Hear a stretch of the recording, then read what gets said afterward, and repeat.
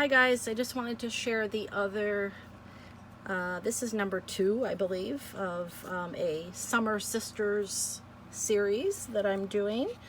I've made 3 junk journals for this, and I'm just going to do a quick flip through, just because pictures never really do our beautiful work justice, and if someone wanted to invest and purchase one, I would want them to be able to see exactly what they're getting. So this cover is a vintage wallpaper.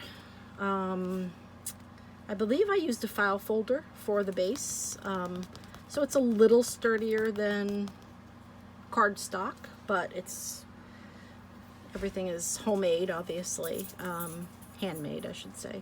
This is some vintage trim and vintage fabric, and the back is layers of other vintage fabric. I believe that's vintage. I don't remember where I got it, but I don't use machine sewing, so everything is glued, and then I do reinforce some of the edges where needed with some hand stitching. But I just wanted to note that because sometimes people really like, and I would love to be able to get my machine out, but I don't have access yet. So I included this picture of a girl. Each one is sort of inspired by the girl on the front. So in this one, I did not really give her a name, but I found lots of goodies that just sort of kept her picture out as I was doing the journal, and so here we go. So inside, this is actual vintage ledger that is gorgeous, and I always have a hard time using it because I hate cutting it. This one happened to be damaged in the center, so it was perfect because I could use the good stuff on the 2 sides and then not worry about where it was damaged. I actually repaired it by sealing it, if that makes sense. These are actual from Tim Holtz, and then these are actual vintage tickets and a vintage postcard. So I tried doing a universal theme of either travel, or these women that inspired me are very bohemian, they're very independent. So that was a picture that I just loved. I wasn't sure if it could be her. Sometimes I just, I don't really know. I just get a feeling when I'm putting it together of how she would be, or the way her family would be. So that's a letter. This is the envelope, actually, that the letter came in, and I stamped a bird and put it there. Authentic check with some stamps, and just kind of lifted it with some washi tape there. And then there's just some gathered fabric. And again, because I don't use my machine, I just stitched the edges and then glued it on like a little cluster. This is a tuck spot of authentic, looks like a note or a receipt.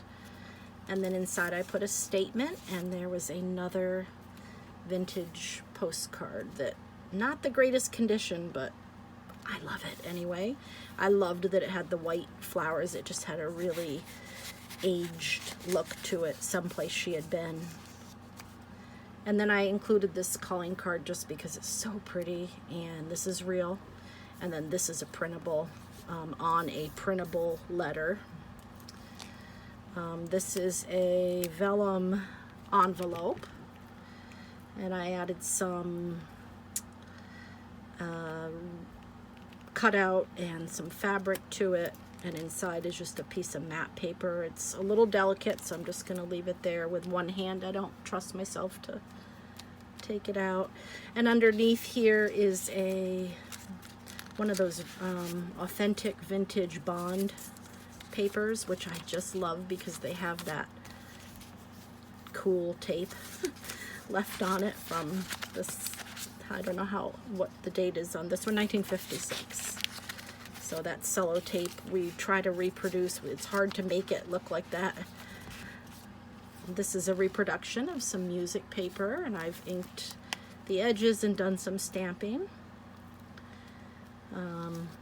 The ribbon, I just thought the women that I represent, I think, were very involved in their societies, their cultures and things, and so, you know, maybe she joined the county fair, or depending on where she lived. This book in particular, I really did have a Texas vibe. I lived in College Station, Texas for about 5 years, and so a lot of this reminded me of how some of the women were, maybe in the 50s. They all loved wildflowers and planted. Many of them went on hikes or would go visit and tour. So I just thought this was really kind of cool. This is actually, it looks like Yellowstone or something, but maybe on vacation. And I loved how it had yellowed, because I think that's just perfect in this. This is a printable from Boho Tree, and then I added some real vintage trim on the top. Just made a tuck spot and added some authentic and printables mixed in there, which are good for journaling. Piece of book page. This is a handmade tag. And this is stamping. I layered 2 types of stamps, and it's on some vintage ledger paper, and it's just on a big craft tag, and it had been treated already and inked, and then I added the vintage trim.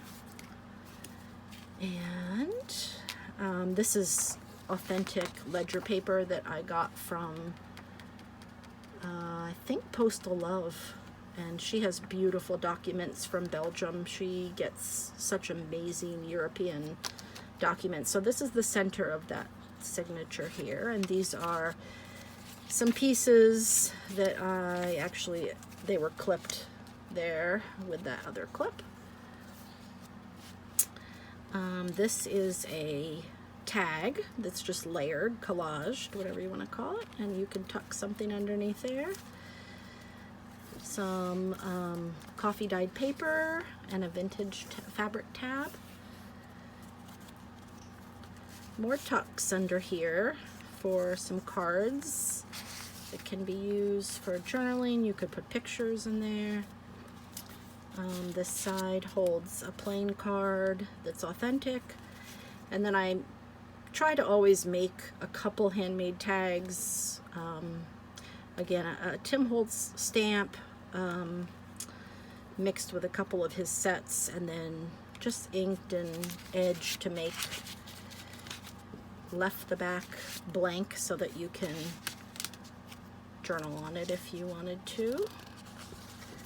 And then some stamping, the back of that music paper, a little tiny tuck spot that I just thought was cute, the way it's a little food label, and then just added some little bits on there.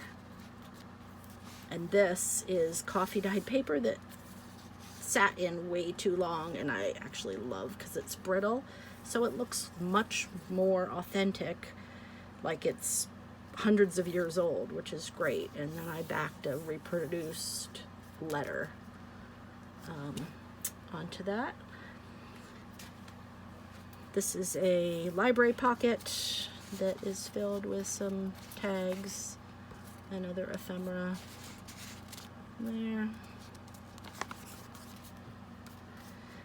A letter. Each one has, if not one. This one actually happened to be Abilene, Texas. So like I said, this whole journal just had such a vibe of, reminded me of bluebonnets in the spring and the daffodils, and it seemed like every kid in there was in 4-H, and it was just such a beautiful area, and that I can imagine this girl possibly growing up. I don't know about that girl, but that was my inspiration, at least.